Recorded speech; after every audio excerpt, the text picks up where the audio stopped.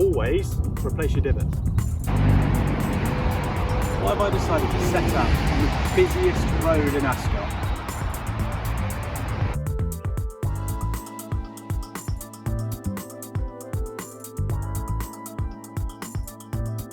Hello everyone and welcome back into the Blow Par YouTube channel with myself, Joe Stevenson. Today we're at the Berkshire Golf Club and I'd like to take you through some course strategy tips that you may not well have considered before, and it should help you lower your scores. So guys, as you'll see, I'm set up here on the second tee and I'm going to bring up all the stats for the hole, and you'll see it's not an overly long hole at all. But the trick is with this hole, if you're playing for, let's say, an 18 handicap, you need to take that double bogey out of play on every hole.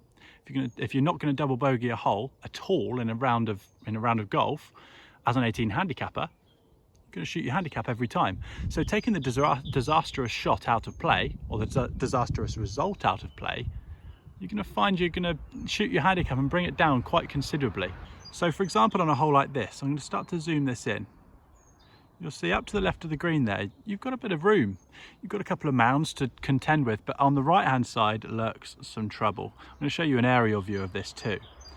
But on the right hand side, the long and the short of what I'm trying to say here is, it really is not a good place to be. You're looking at a very, very tricky bunker shot, or even worse, trying to chip over the bunkers up the hill to a relatively tough green. Left is the miss here. So we need to be thinking about that on our tee shot. So guys, as we've seen from the aerial views and the view down the line, I need to be making sure that I'm getting this up the hill onto the green, because there is a considerable slope. So we need to consider where the acceptable misses are on this hole. So we need to get it up the hill for starters. If we're going to miss the target, we need to start thinking about bringing more of the left-hand side into play than the right. So the first thing I'll start to do is I will tee the ball up on this particular hole on the right-hand side. That gives me more room to work with. So I've teed my ball up on the right-hand side of the tee box then. I'm going to take my shot. The most important thing is that I'm starting that ball as far away from that bad result as possible. So I need to be aiming this ball just left of the bunkers. If it stays there, fantastic. If I pull it ever so slightly, we're not in all that much trouble. If I do push it, that's why I've taken plenty of club to give myself the best chance of carrying the bunker.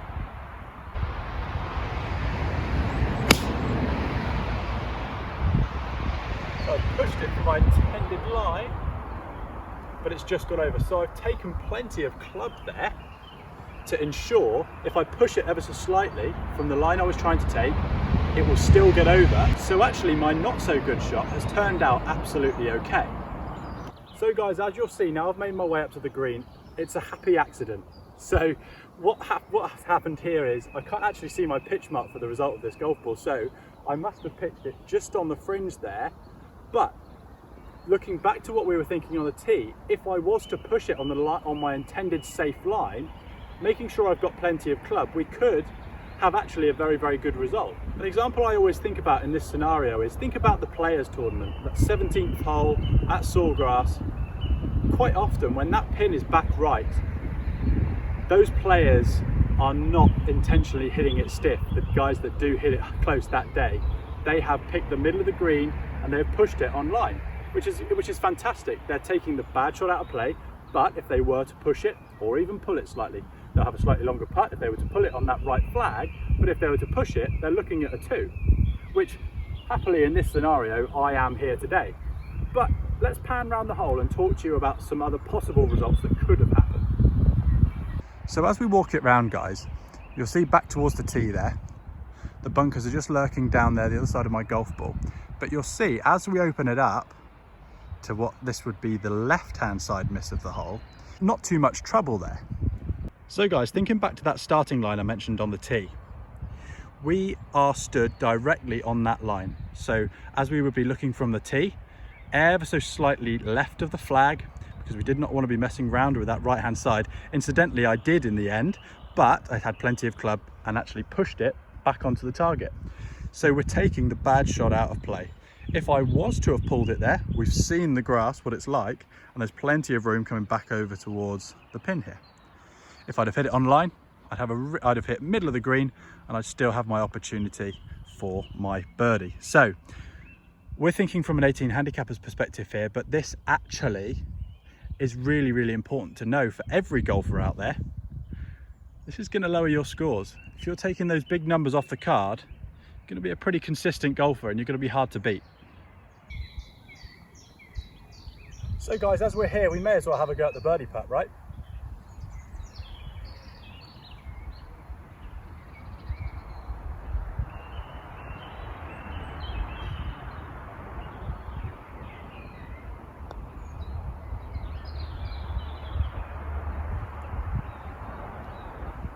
So happily I'm tapping in for my par on this hole. Guys, just while we're halfway through this video here, just a quick disclaimer. This is not me trying to encourage you to play negative golf. This is trying to encourage you to manage your golf ball more effectively. Because if I'd have hit that shot exactly on the line that I'd intended there, I'd still have a fantastic opportunity for birdie. It's encouraging you to not have to go for the flag every time, especially in this scenario here where the flag's on the right hand side. If we were going for that flag and we pushed it like I had done, we would be in a little bit of bother. So hopefully that makes sense. Let's move on to a slightly tougher par 4 scenario now and see how we get on. Oh, one more thing. Have a little look at this. Hopefully my editing skills have got good enough for me to be pointing exactly where I need to be here. Not enough of you are subscribed to the guys that are watching this video. If you're enjoying the content, guys, and you're finding it really beneficial, why not consider hitting the subscribe button? By no means a beg, just an encouragement. Okay, let's move on to what is the 4th hole on the red course. Slight change of plan, guys. We've come to the 6th hole here on the red course. This is going to give us a better representation of the course strategy we're talking about today. Now, we're talking about the average golfer. What is the average golfer? I've taken for today's video an example of an 18 handicap. So we're stood here on the 6th hole. Again, not a big hole in terms of yardage. It's a severe dogleg to the right, as you'll see. But if I just slightly stand out the way here, you'll see a big wide fairway straight down the middle. Now, I'm going to come behind the camera and explain a couple of bits. So much like we did on the 2nd hole, we need to start thinking very realistically about what we're doing here on this tee shot. So if we're looking straight down the middle of the fairway, not even bringing the dogleg into play here, to run out of room, it's 240 yards from the back tee. Now, thinking about our average distances, we need to be realistic about how far we hit the golf ball. And for most golfers, they will be able to hit driver and not run out of room here in most scenarios. You should know your yardages anyway, so 240 is the run out on this particular hole. On the corner there, on the right hand side, you'll see some heather, which sticks in on the dogleg. There's 195 yards to cover that distance, which for an average golfer should be able to cover with their driver. So, according to the average distances of driving, you should be able to hit driver on this hole. What I see a lot of people do is start to club down, hit it down the middle of the fairway, but if they would start to push that golf ball, they're going to bring that corner into play. So we need to start thinking logically about how we hit this tee shot. We need to start bringing the disaster out of play. So think about how wide that fairway is down there on that left hand side. We're still not going to have a long shot in, as you'll see from the aerial views that I put in this video. We need to start aiming this golf ball, and I'll put a little graphic in here hopefully where we need to start to aim this golf ball. So by aiming it there, what we are doing is bringing the disaster out of play. If we hit it down that line, we know we're not going to run out of room, so we're going to pick that particular club that's not going to go any further than 240 yards, but we need to make sure that it's going to carry at least 200 yards. Okay, so we're going to hit it on the line that I just showed you on the video there. If I was to push it slightly, we know we've got a club that's going to cover that that heather on the right hand side there, which is going to be a happy accident, much like it was on the par 3 if that was to happen. But we've still got plenty of room out to that left hand side. All that means is we're still on the fairway, but it just means we've just got a slightly longer shot in, which again is not disastrous.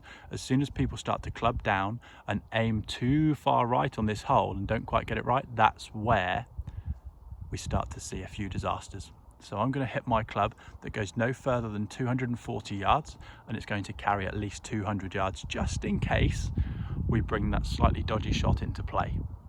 So guys, for me in this scenario, what I'd be looking at here is a 3-iron. My 3-iron is actually strengthened to a 2-iron, which means I get a bit of a driving iron feel out of that, which seems to go really, really well for me. So I won't be changing it anytime soon. So I need to be picking this club based on the fact that I know that I can carry it over 200 yards should I push the shot. but it's not going to go any further than 240. I don't think I've ever hit this 240 in my lifetime, so I'd be really confident to hit this club off this tee. So I'm going to aim down the line that I said beforehand, bringing the widest part of fairway into play.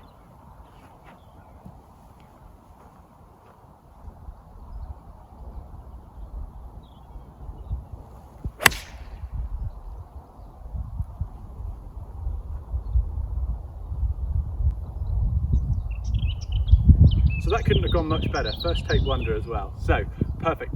Guys, we're going to head on down there to where that ball's ended up and show you the scenarios that could have happened. So guys, we're up with my golf ball now. So you'll see it in the middle of the fairway there. Really happy with that tee shot actually. This one has gone around 220 yards. I'd say I'm about 20-25 yards short of the line that we had off the tee, straight down the middle. But the most important thing, we've taken that heather on the right hand side that sticks out ever so slightly out of play. If I had pushed it ever so slightly and taken the same sort of strike, I would still have been able to cover that heather and have my shot into the green and be able to attack the flag. Because this isn't all that long hole, let's come and have a look at the sprinkler here. So I've got 118 to the front edge of the green. This is going to give me the really good opportunity to start trying to attack that flag. The pin's on the middle today, so I'm going to give it a go. Guys, happily I'm able to wedge it onto the middle of this green and hopefully have my opportunity at making a birdie. With the pin in the middle of the green here with a wedge in my hand, all I need to think about is the false front, which I will show you once we get up there. So the only thing I'm thinking on this one with the pin in the middle is making sure I get over the false front, which means I've got plenty of club. Longer is slightly better than shorter here. And I'm going to attack the flag. Let's see how it goes.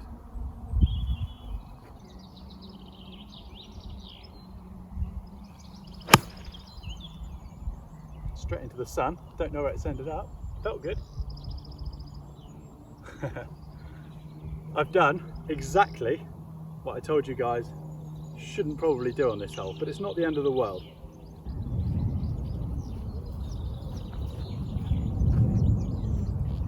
Always replace your divots. Okay, so the result of my wedge, I've landed sort of halfway up that slope and it's rolled back down to the front. So you see what I mean, guys, with this pin cut relatively near the middle for this hole standards. Look how much room you've got once you're up on the flat here. I'm stood right at the top of this slope now. Look how much room you've got when I say make sure you've got plenty of club to get it on the flat part of the green. This though is not the end of the world. The reason I was trying to be so attacking is because I had a wedge in my hand. So it's all about calculated risks. If I had a 7-iron in my hand, maybe a slightly different story. We'd just be thinking about line rather than distance. Depends on the ability of golfer and how confident you are with each club in your hand. So let's have a quick look back on the hole then from where we hit the wedge from. See how wide that fairway is for hitting a shot that's going about 220, 230 yards in an ideal world. Turns this hole into a really, really easy hole if you start to think about it logically. Let's see if I can make my par. I've made it quite hard for myself, but let's give it a go. So in a scenario such as this, I would be looking at where I want to leave the golf ball rather than trying to attack the hole.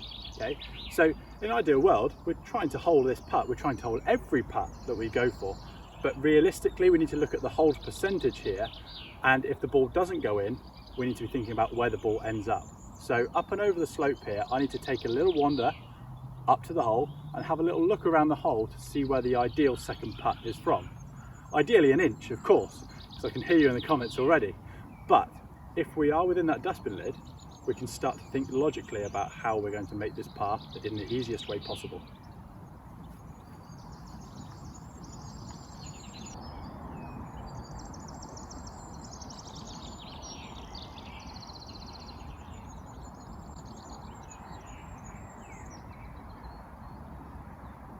So I've identified the scenario here.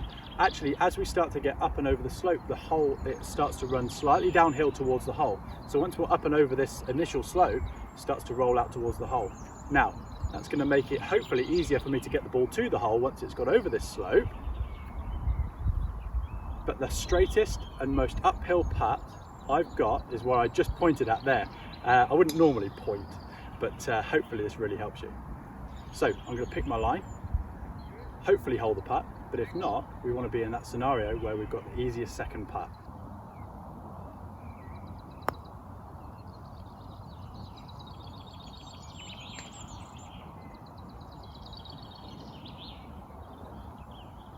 So, happy accident.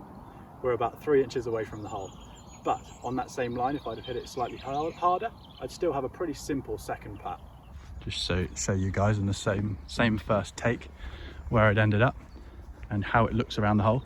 So if I'd have hit that ever so slightly harder, we'd still be looking at a nice straight uphill putt on the way to the hole.